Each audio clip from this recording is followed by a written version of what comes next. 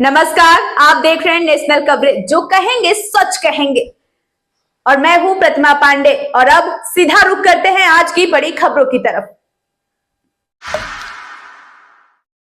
मऊ जनपद में आज विभिन्न मांगों को लेकर लोगों ने विशाल धरना प्रदर्शन किया।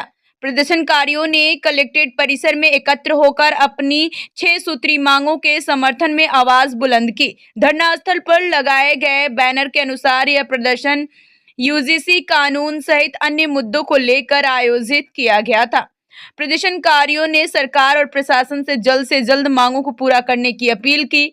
प्रदर्शन में बड़ी संख्या में लोग शामिल हुए और शांतिपूर्ण तरीके से अपनी बात प्रशासन तक पहुंचाने की कोशिश की। इस दौरान प्रदर्शनकारियों ने नारेबाजी भी की और अपनी समस्याओं को प्रमुखता से उठाया। आंदोलनकारियों का कहना है कि अगर उनकी मांगों पर जल्द सुनवाई नहीं हुई तो वे आगे भी आंदोलन जारी रखेंगे और इसे और बड़ा रूप दिया जाएगा। हम लोग बैठे हैं। आप लोगों को सूचना जिस तरह से दिया गया था कि हम लोग धरना देंगे और धरना देने के बाद 2 बजे के बाद हम लोग जो है सिटी मजिस्ट्रेट ज्ञापन लेने आएंगे और हम लोग ज्ञापन देंगे। इसके पहले हमारे सभी साथी अपनी बात रखेंगे यूजीसी पर और बाबा थानीदास टोकरे पर जो फ्लाईओवर एनएच का बनाने के लिए बलुआ गोदाम एनएच का फ्लाईओवर बनाने के लिए फ्लाईओवर बनाने के लिए और कुशमा में फ्लाईओवर एनएच का बनाने के लिए ये हमारी 7 सूत्री मांग है, जिसमें तमाम हमारे लोग देख रहे हैं। और नाम अपना पता बताते हुए जो है क्या कार्यक्रम है सब बोल दीजिए। मेरा नाम है ओम प्रकाश बागी। मैं यूजीसी के समर्थन में जो यह धरना प्रदर्शन हो रहा है सर्वदलीय, उसका मैं संयोजक हूँ जी।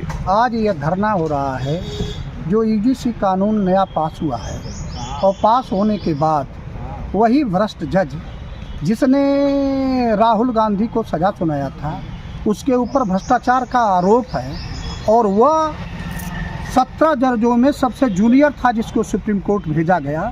और सरकार ने एक साजिश के तहत जो पिछड़े दलितों, अल्पसंख्यकों, जेंडर और महिलाओं को ये न्यू यूजीसी समानता का कानून लागू हुआ था, उसको उसने स्थगन आदेश दे दिया। यह पूरी तौर से सवर्ण मानसिकता का परिचायक है। आपको न्यायालय पर भरोसा नहीं है? बिल्कुल। ऐसे जजों पर जो कॉलेजियम से गए हैं, उन कॉलेजियम के जजों पर कैसे भरोसा किया जाए? आप बता दीजिए कि लड़के आत्महत्या कर रहे हैं और उसका ध्यान नहीं जा रहा है। तमाम सारी स्थिति में बच्चों के साथ जो ना आप देख रहे हैं कि रिजल्ट आया है यूपीएससी का, जितने भी पिछड़े और दलित लड़के हैं या अल्पसंख्यक लड़के हैं, उनको इंटरव्यू में 165 ऊपर से नंबर नहीं दिया गया है। जो सवर्ण लड़के हैं उनको 200, 210, 220, 225, 40, 45, 250 में 49 तक नंबर दिए गए हैं। जब इस तरह की मानसिकता है तो ऐसी परिस्थिति में इन लोगों पर न्याय कैसे किया जा सकता है? आप यही देख लीजिए, 69,000 लड़के आज सड़कों पर पूरी तौर से भटक रहे हैं और आज तक हाई कोर्ट और सुप्रीम कोर्ट में लड़के मुकदमा करने के बाद भी सरकार ने माना कि नाइंसाफी हो रही है, लेकिन उन लड़कों को न्याय नहीं मिल रहा है। आपकी मांग क्या है? हमारी मांग यह है कि यूजीसी कानून को लागू किया जाए ताकि पूरी तौर से विश्वविद्यालयों में समानता लागू हो। दूसरा हमारा यह है कि जिस तरह से किसानों को एक तरह से बिजली का बिल माफ़ है, उसी तरह से बुनकरों का भी बिजली का बिल माफ़ किया जाए। स्मार्ट मीटर के नाम पर जिस तरह से पूरे प्रदेश भर में लूट हो रही है, उस लूट को रोका जाए और एक निर्धारित जनता को एक रेट निर्धारित कर दिया जाए और वह पैसा जो न सरकार पूर्व की भांति जैसे पहले था उसी तरह से ले। इसके बाद यह जो नेशनल हाईवे है, नेशनल हाईवे पर आप देख रहे हैं कि जहां से यही मऊ के बलुआ गोदाम से बनारस तक जाइए, हर जगह ओवरब्रिज, अंडरपास सारी चीज़ें बनी हुई है।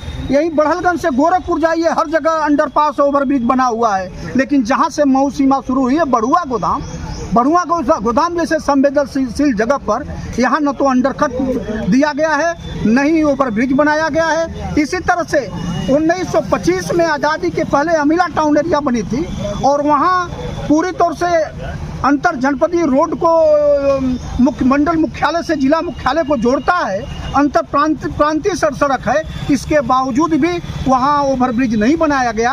कुसमा और पिढ़ोल में आए दिन जो है दुर्घटना हो रही है, वहाँ अंडरपास नहीं बनाया गया है। तो हमारी मांग है अंडरपास बनाया जाए। बेलौली में पूरी तौर से बालू माफिया करोड़ों का बालू उठा ले गए। एसडीएम और वहाँ का थानाध्यक्ष उसका 10,000 रुपया पर डे बधा हुआ था और जाकर के 1 महीने से माटी को उठान कर रहा था।